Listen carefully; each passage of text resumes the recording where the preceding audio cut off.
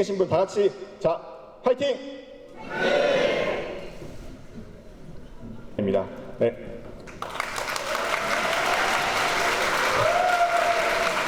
제가 막중한 책임감을 갖고 진행을 해보도록 하겠습니다.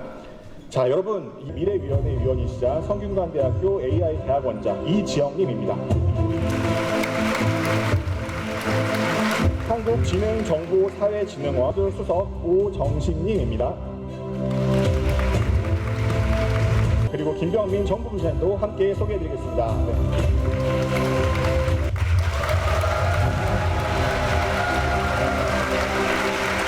직원들 표정이 무거운데 어깨를 제가 무겁게 해드리는 거 아닌가 싶은데요. 여러분들의 긴장도 여기에 해당됐습니다. 자기는 모두 이렇게 매일 활용하고 계시다고 했고요. 여기 계실지 모르겠 정성을 좀 많이 걱정을 하고 계셨고요. 또 사용 방법을 잘 알지 못한다라는 답변 이런 말씀도 많으셨고요. 또 그에 따라서 스트레스도 감소하는 등 긍정적인 상사어 번역기 요구가 컸습니다.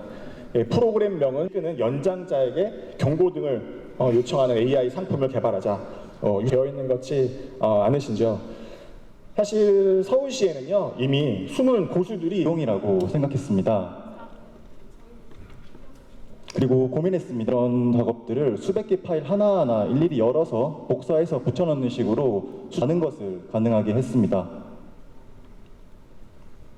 사실 오늘 소개들을 위하는 마음이 AI와 함께 서울을 밝히는 혁신으로 떠오르길 바라며 발표 마치겠습니다.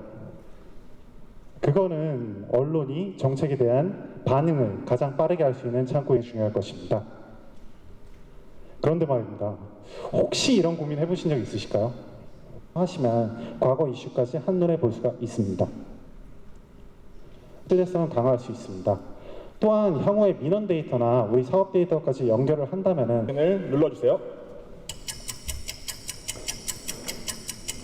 처럼 말했던 GPTS의 바뀐 모습 보시겠습니다. 저희가 조사한 단가가 무엇인지 그리고 어떤 것을 더 봐야 하는지 점수 끄셔야 하고 끄더라도 비공개 자료는 올리시면 안 되겠습니다. 제 머릿속에는 오로지 시민, 창의,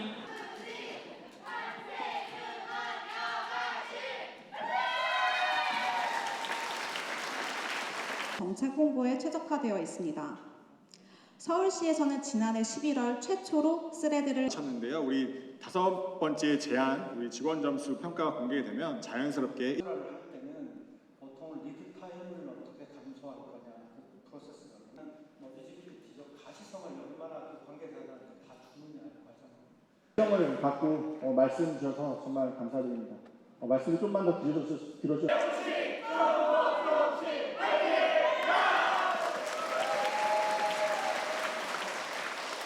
생명을 구조하였습니다. 그러나 기술적인 한계는 있습니다. 운동하고 있는데 쓰러짐으로 판단합니다. 우선 진행형 시스템, 관제 시스템 뒷단에 연결해준다면 아까 놀고 있어요.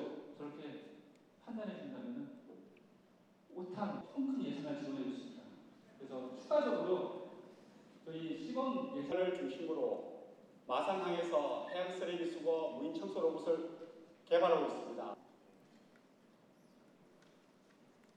실행이 된다면 수질 환경 개선 혁신이 오늘의 일상을 하고 있으며 연간 3천여 건의 뉴스 콘텐츠를 제작하고 있습니다. 수많은 정보 속에 원하는 정보를 얻고 계실까 고민하지 않을 수 없었습니다. 실제로 이 앱에서 제시하는 거를 따라서 버튼 눌러주세요. 한계도 분명했습니다. 기존 안보하기 어려울 것 같습니다. 돌봄 서비스도 마찬가지입니다. 돌봄 종사자들은 AI는 지난 대화를 기억하고 공감합니다. 예를 들어 주말에 연휴에 돌봄을 멈추지 않습니다. 추가 외로움 없는 서울 우리 종합대책을 발표하고 좀 많은 호응을 얻고 있는. 학교형 AI, 생성형 AI, 피지컬 AI 최적화했거든요. 이렇게 다 했습니다. 두 번째 이제 쓰레기를 치우는 한강에 있는 쓰레기 치우는 로봇까지. 제가 그동안 그 공무원들을 기억하라는 거다 취소해야 되겠고요. 정말 안 움직이는 공무원 막 이렇게 제가 좀 그랬었는데 오늘 와서 들어보니까 정말 저희 대기업에서 신사업 발표를 하는 것만큼이나 굉장히 새롭고 또 열심히 하시는 모습에 진짜 감동이고요. 특히 팀워크도 저는 사실 AI가 할 수 없는 일들 중에 하나가 이렇게 사람들과의 인터랙션 팀워크인데 오늘 와서 보니까 그런 분위기가 너무 좋아서 서울시가 지금 사실 정말 지금은 국가 경쟁력보다는 시 경쟁력이 앞서는 그런 우리가 세상에서 살고 있는데 저는 서울이 이렇게 사랑받았던 적이 없었던 것 같아요. 근데 제가 오늘 와서 보니까 이런 모든 것들이 쌓여서 서울이라는 경쟁력을 갖고 있구나 하는 생각을 했고요. AI는 사실은 저는 좀 감성적인 인간이기 때문에 그렇게 많이 제가 시도하고 있진 않지만 제가 어느 날 챗GPT한테 너는 나를 어떻게 생각하니? 이렇게 물어봤어요. 그랬더니 처음에는 막 좋은 얘기 하더라고요. 브랜딩 전문가고 어쩌고 그러다가 제가 아니 그런 거 말고 장단점을 얘기해봐. 진짜요? 이렇게 물어보더라고요. 그래서 진짜로 얘기해줘 그랬더니 와 진짜 제가 깜짝 놀랐어요. 너무 집요하게 사람을 지시하기 시작하면 반감이 느껴질 수 있어서 좋은 결과를 받지 못할 수가 있다. 이런 식으로까지 아주 섬세하게 저에 대해서 이야기하고 심지어 제가 네가 생각하는 내 모습을 그려봐 그랬는데 아주 비슷하게 나왔어요. 그래서 제가 진짜 깜짝 놀란 그런 경험이 있는데 오늘 제가 이렇게 들으면서 제일 조금 가슴 아팠던 거는 1, 2위를 협력해서 본 게 지금 보니까 예질하고 그 다음에 뉴스 앱을 보면서 이분들이 정말 이 대시민 이런 업무보다 또 자기들만의 어떤 창의력인 업무보다는 대외에 대한 것이 스트레스가 엄청 많구나. 그 일일이라는 거 보면서 참 가슴이 아파서 제가 좀 밖에다가 서울시가 얼마나 대시민 공약을 위해서 열심히 하시는지 좀 제가 홍보를 해드려야 되겠다. 이제 그런 이야기 생각을 했습니다.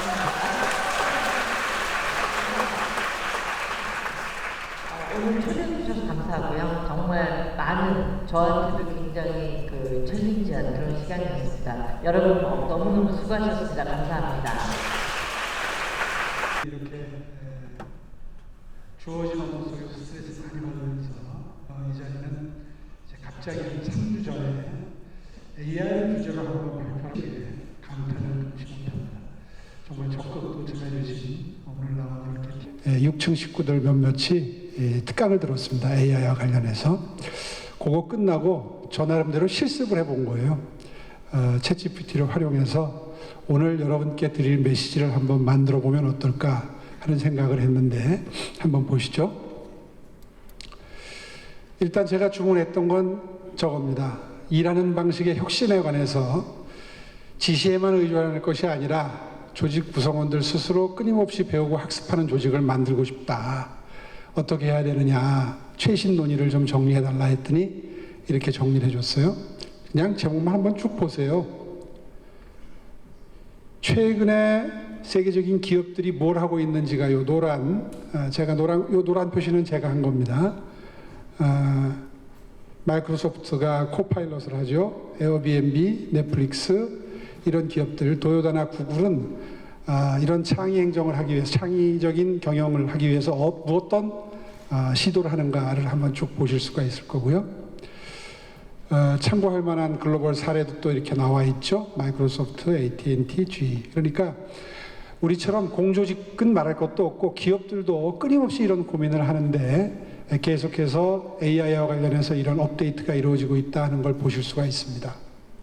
두 번째 질문은 2006년부터 11년까지는 지금은 창의 행정이라는 용어를 쓰지만 그때는 창의 시정이었던 걸 혹시 기억하시는지 모르겠는데 그때 우리들의 시도를 참조해서 방금 전에 주문했던 것을 공조직에서는 어떻게 하면 좋을까? 이제 이 질문을 했더니 이런 답변이 나왔습니다. 당시에 창의학습 동아리라든가 뭐 이런 당시의 시도들이 정리가 돼서 나왔고요. 제 마음에 들었던 구절은 바로 이 부분입니다. 상당히 중요한 선례였다, 이런 평가를 드리면서 그 다음 한 번 더 업그레이드를 하기 위해서 성과와 성과 보상 체계가 중요하잖아요. 동기부여를 위해서 어떻게 결합을 하면 좋을까 물어봤더니 이제 이런 우리가 그동안 해왔던 창의 제한제도, 창의상, 경진대회, 각종 동아리, 그리고 가점 포상 인센티브 제공 같은 것들을 쭉 나열을 해놓고, 다 지금 저희들이 익히 익숙한 내용들입니다. 이렇게 해서 결론이 역시 매우 선구적이었다, 이렇게 칭찬을 해서 제가 다시 한번 인용을 하는 겁니다. 그 다음에 여기에 더해서 이제 어떻게 DT와 AI제이션을 결합을 할 것인가에 대한 질문을 한 번 더 해봤어요. 그랬더니 이제 이런 답변이 나왔습니다.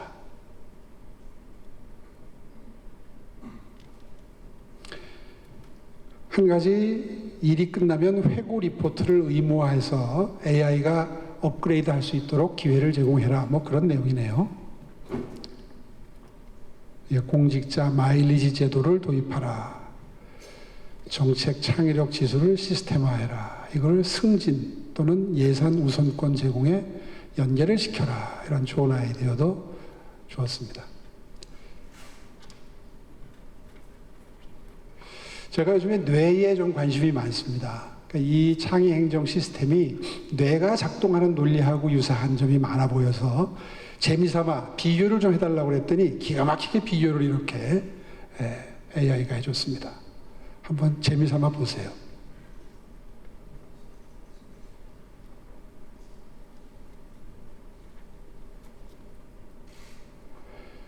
그리고 이게 마지막 질문입니다. 이제 팀원 간, 부서 간 협업의 중요성에 관해서 내용을 좀 강조해달라. 사실 창의 제안 중에 부서 내부 아이디어도 좋지만 무슨 일을 하든 동료 간에 또 부서 간에 협업을 굉장히 중요시 하잖아요. 그것이 창의 행정의 핵심 내용 중에 하나인데 그 점을 정리해달라고 그랬더니 드디어 창의 시정 2.0이라는 표현을 AI가 써주기 시작합니다. 알아챈 거예요.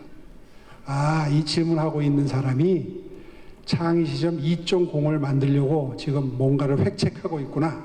이제 이렇게 파악을, 의도를, 출제자의 의도를 파악하고 이런 표현을 써주었습니다. 그래서 앞으로 우리가 AI제이션과 관련해서는 무엇을 해야 될지가 이렇게 잘 정리가 됐습니다. 자, 그래서 창의 시정 2.0이 이제 시작이 되는 겁니다. 이미 됐죠. 오늘 강연은 지금부터가 시작입니다. 이건 이제 AI가 한 거고요. 제가 늘 갖고 있는 의문은 이겁니다. 이 두 가지. 왜 어떤 조직은 지시만 기다리고 어떤 조직은 스스로 움직이는가? 왜 어떤 조직은 여전히 칸막이에 갇혀 있는데 어떤 조직은 유기적으로 잘 협조를 하는가? 사실은 제가 오늘은 뭐 AI가 주제지만 처음에 창의행정을 시작했던 이유가 바로 이 두 가지 문제점을, 공조직의 고질적인 문제점을 해결하기 위한 시도였던 겁니다. 여기 두 개의 기업을 예로 든 조직도가 있습니다. 지혜로운 여러분들은 그림만 봐도 벌써 뭘 얘기하고 싶은지 금방 캐치를 할 거예요. 제가 바라는 조직은 저쪽이 아니라 이쪽이겠죠. 이 그림이 사실 뇌가 일하는 방식, 작동 방식하고 매우 유사해요. 그래서 이게 이제 뇌 속에, 여러분 많이 보시죠? 무슨 다큐멘터리 같은 거 보면 이 뉴런, 시냅시스.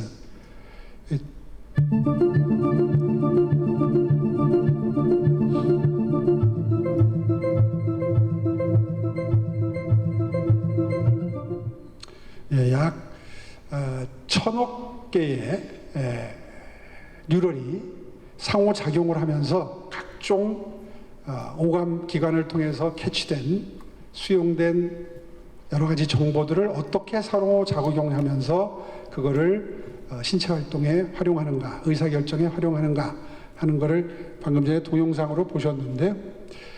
단순화시켜서 그리면 이런 겁니다.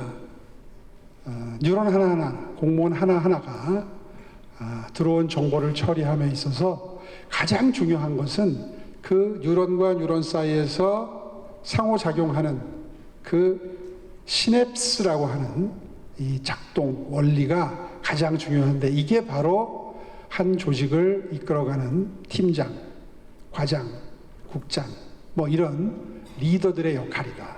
이렇게 요약을 하고 싶은 거죠.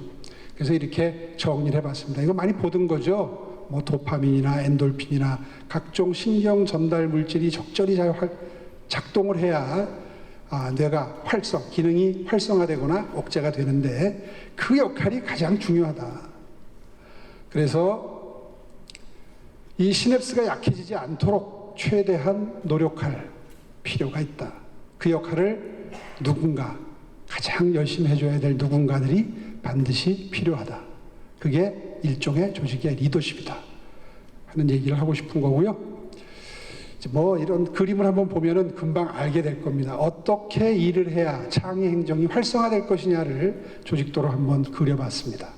지속적인 협업만이 살 길이다 하는 거죠. 그리고 그 시냅스가 활성화되려면 빠르고 정확하게 솔직하게 피드백을 해줘야 된다. 팀원들 사이에서도, 혹은 행정의 소비자인 시민들께도 똑같이 빠르고 정확하고 솔직하게 하는 피드백이 가장 기초가 되는 것이고요. 그리고 다시 한번 협업의 중요성을 강조하기 위해서 이 칸막이 안에서는 되는 일이 없다. 우리 서울시 조직이 그동안에 많은 좋은 선례들을 만들고 중앙정부를 선도하는 그런 모범적인 사례들을 많이 만들어내고 있는데, 뭐 많이 베껴가고 있잖아요, 정부에서. 그 비결은 저는 바로 여기에 있다고 생각합니다. 중앙부서는 칸막이가 심할 수밖에 없는 조직을 갖고 있어요. 우리는 순환보직을 하기 때문에, 또 조직의 장들도 전부 순환하고 있기 때문에 늘 다른 부서를 역지사지하죠. 협업이 잘 되는 겁니다. 그 덕분에 우리가 모범 사례를 많이 만들어내고 있는 거 아닌가 싶고요.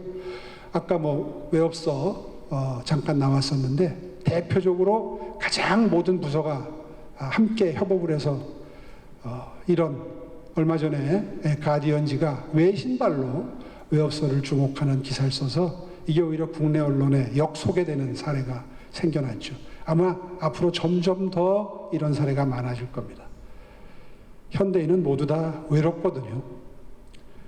또 대표적으로 성공적으로 수행돼서 중앙정부가 많이 베껴가고 있는 탄생응원 도시 프로젝트도 역시 이 협업이 정말 잘 됐던 그런 사례고, 뭐 그 덕분인지 아니면 여러 가지 다른 원인인지 몰라도 지금 출산율이 조금씩 올라가고 있죠.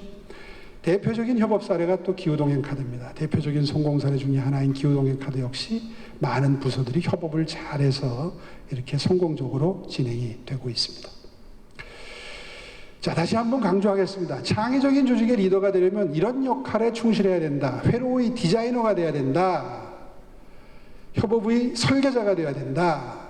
그리고 실패했을 때 기죽지 않게 잘 기살려서 오히려 그것이 자양분이 될 수 있도록 하는 역할을 해줘야 된다. 그리고 보상체계가 확실해야지 창의 행정은 돌아간다. 이렇게 요약할 수 있겠고요. 시민을 위한 창의 조직은 바로 이런 조직이다. 오늘 우리가 오늘 이 자리에서 보고 있는 것처럼 그렇습니다. 자, 마지막으로 AI와 함께 진화하는 서울시의 행정은 어떻게 돼야 될 것이냐. 조직도를 지금 보고 그 그림을 도식화해서 보고 계시고요. 모든 걸 디지털에 남겨야 되겠죠. 그래야 AI가 자연스럽게 학습을 하고 이제 인사이동으로 사람이 바뀌어도 자연스럽게 연계돼서 AI가 최대의 업무 파트너가 될 수 있는 준비를 마칠 수 있겠죠. 그렇게 해서 이 AI 기반, 그러니까 AI를 어떻게 최고의 동료로 삼아가면서 앞으로 일할 수밖에 없는데 그렇게 만들기 위한 사무 기반을 어떻게 만들 것인가를 그려봤습니다. 마지막 슬라이드입니다. 그러나 AI가 하는 건 한계가 있는 거죠. 직관, 윤리적 판단, 창의력, 그리고 개별 사안이 아닌 사안별로 발생하는 일들의 맥락을 이해하는 능력은 인간을 아직까지 따라오지 못합니다. 거기에 더해서 시민들을 대하는 따뜻한 마음, 이거는 AI에 아직까지는 기대하기가 어렵죠. 이런 것들이 AI와 합해졌을 때, 그랬을 때 서울 시민들의 행복감은 극대화될 수 있다. 우리가 추구하는 창의 행정의 목표는 바로 시민의 행복이기 때문에 시민 행복을 극대화할 수 있는 그런 창의 행정, AI와 동반하는 창의 행정의 궁극적인 목표 달성하기 위해서 이런 마음가짐으로 따뜻한 마음과 상상력을 결합해서 앞으로 창의 행정을 계속해 나갑시다 하는 말씀을 드리고 싶었습니다. 마치겠습니다. 네. 고맙습니다. 자, 설명드리면요, 우리 내부 프로세스. 네.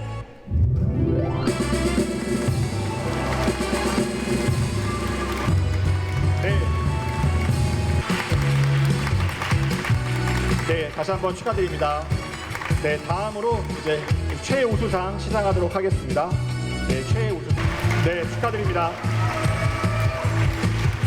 네, 이어서 이제 우수상과 장려상 수상자. 네, 이어서 우리 장려상 수상자분들도 네, 다시 한번 축하드립니다. 네, 그러면 이제 마지막으로 오늘 수상할 매력. 네, 감사합니다. 이것